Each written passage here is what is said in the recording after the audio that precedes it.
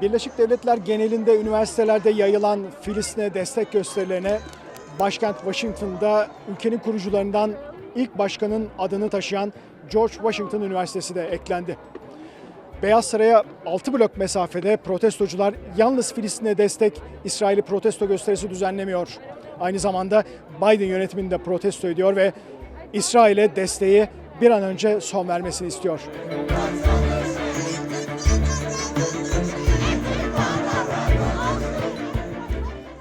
We understand that the police are coming and planning to arrest the students if they don't leave. The students are not going to leave.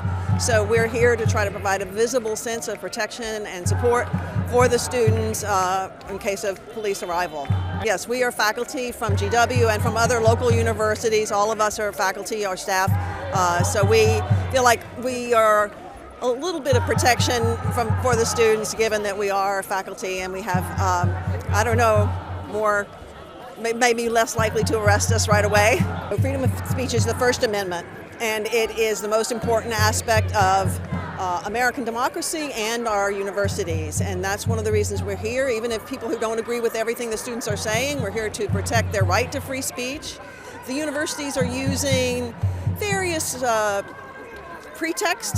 This space is reserved for some other campus group or that's bothering some students because it's loud, to use that as the way of trying to say the reason they're not stopping free speech, they're just enforcing certain rules. But we understand that free speech happens in inconvenient ways sometimes, and that we want to protect the students' right to say what they want to say about what's going on in Palestine, which of course all of us are deeply concerned about.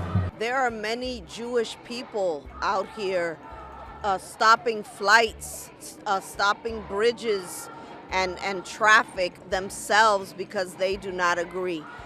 A lot of true Jewish people, they believe that they should not have a home, that the Messiah will come and give them a home later. So the Zionist way, in my view, is kind of like a bully, because they feel that if you do not agree with what they say, you are automatically discriminating, you are automatically putting them down as a people, and that is absolutely not how I feel. The universities are ruled by Zionists. Harvard, Yale, Columbia, they're all ruled by Zionists who are refusing to call this a genocide. They're calling this a war, and it's, in my view, they are wrong. It's not a war. It is the obliteration of an entire nation of people that they just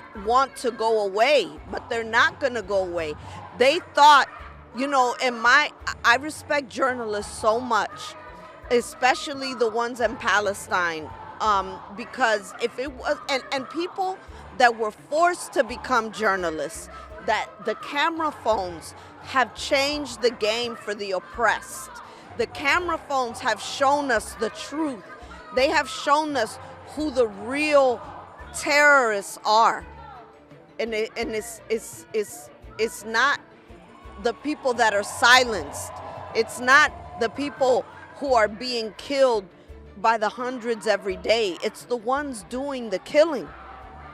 Now, the ones doing the killing, in my view, are not Jewish people. They're Zionists. And true Jews do not agree with them. You just said that the cell phones changed the game in journalism on behalf of the oppressed. Yeah. So talking about the journalism in the United States, how do you see the coverage of the US media, this conflict?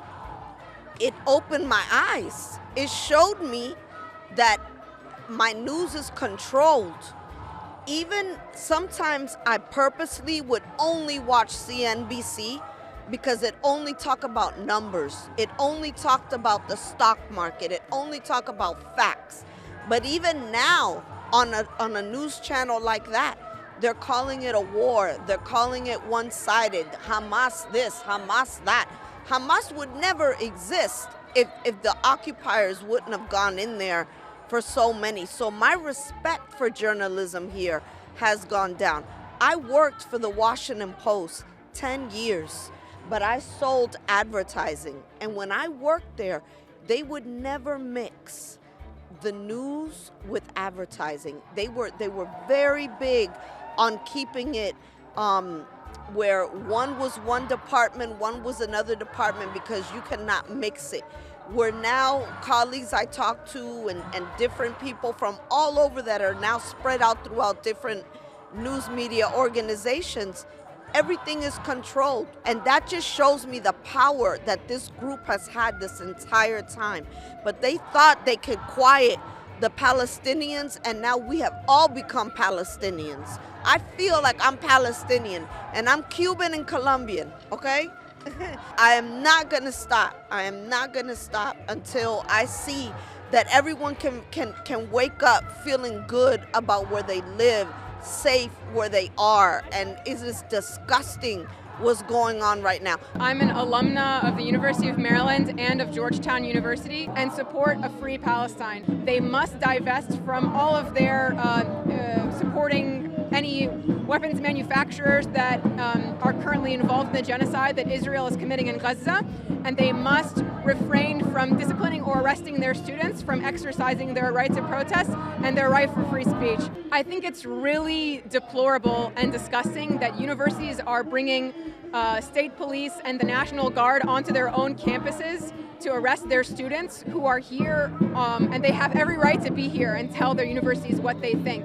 We've seen throughout American history when police are brought to campuses, it can have really devastating effects. I'm talking about the Kent State Massacre, where 8 students were killed by the National Guard for protesting the Vietnam War. So when people say that these students need to be arrested, that's an incitement of violence against these students, and it's absolutely unacceptable. These people have every right to be here, and their university is teaching them to stand up for what is right and to use what they're learning in class to build a better world. That's exactly what they're doing, and I'm really proud of them.